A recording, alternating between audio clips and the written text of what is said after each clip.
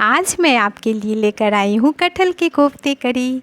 बहुत ही सिंपल सी रेसिपी है, बनाने में ज़्यादा मेहनत नहीं है और कटहल का तो सीज़न है, तो आप इस रेसिपी को ज़रूर ट्राई कीजिएगा। कटहल की नॉर्मल सब्ज़ी तो हम सब बनाते ही रहते हैं, आप एक बार ये कोफ्ता करी बनाकर देखिएगा, ये सब्ज़ी आपको बहुत पसंद आएगी। तो चलिए शुरू करते हैं।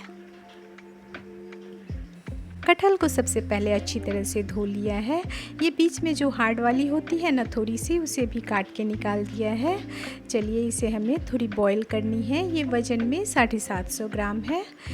बॉईल करने के लिए पहले एक कुकर में डालेंगे, थोड़ी सी नमक को भी डाल देंगे और थोड़ी हल्दी को भी, आधी चम्मच हल्दी भी डाल देंगे और पानी, ज़्यादा पानी नहीं देनी है और इसे 4 सीटी तक हमें पकानी है। फ्लेम मीडियम पे होनी चाहिए। चलिए देखिए हमारी सीटी भी लग चुकी है। अब इसे बंद कर देते हैं और ठंडे होने के बाद इसे चेक करते हैं। देखिए गल चुकी है, जैसे हमें चाहिए वैसी हो गई है।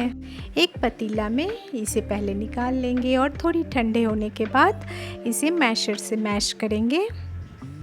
देखिए कोफ्ता के लिए सबसे पहले मैंने 2 प्याज को बारीक करके काट के रखा है, अदरक लहसुन की पेस्ट, धनिया और मिर्च को काट के रखा है और 2 बड़े चम्मच बेसन लिया है। इन सबों को पहले डाल देंगे।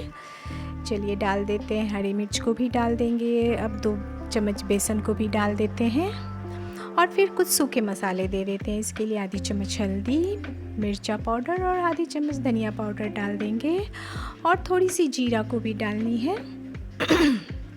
चलिए जीरा को भी डाल देते हैं।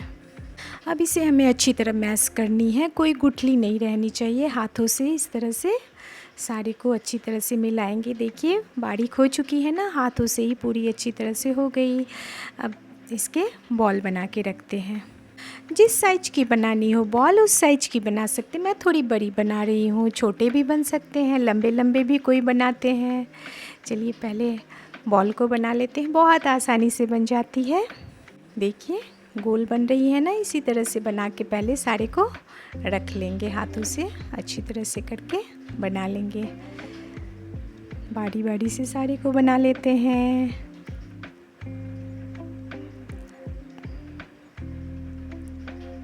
चलिए साड़ी बन गई देखिए।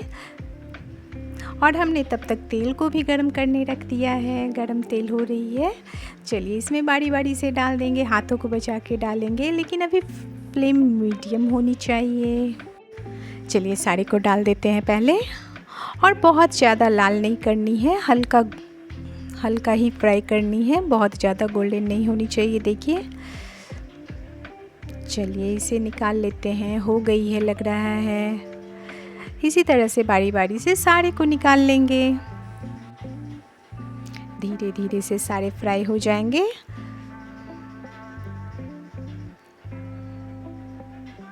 चलिए सारे हो गए।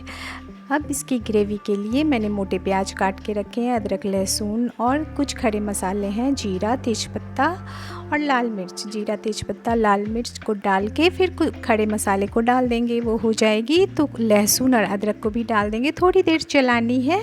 उसके बाद ये मोटे मोटे प्याज जो हमने काट के रखे हैं उसे डाल देंगे। ज़्यादा नहीं पकानी है प्याज को, बस थोड़ी सी गल जाए। देखिए गल गई है लगती है। चलिए इसे निकाल लेते हैं एक प्लेट में। चलिए प्लेट में निकाल के और पेस्ट बना के रख लेते हैं पहले। अब ग्रेवी के लिए तेल गर्म है, उसी में तेज पत्ता को डाल देंगे। इसके बाद इसमें एक पेस्ट को डालेंगे, इसमें धनिया, हल्दी और मिर्च है, इसे पानी में डाल के वो डाल दिए। ये थोड़ी देर फ्राई करेंगे। इसके बाद वो जो टमाटर की पेस्ट है ना उसे डाल देंगे। इसे भी हमें थोड़ी देर चलानी है, तेल निकलने लगे। देखिए तेल निकल रही है। चलिए अब वो प्याज की पेस्ट जो हमने बना के रखा था उसे भी डाल देते हैं और इसे भी हमें भूननी है। चलिए देखिए बहुत अच्छी भुन गई है। अब जितनी ग्रेवी चाहिए ग्रेवी डाल देंगे।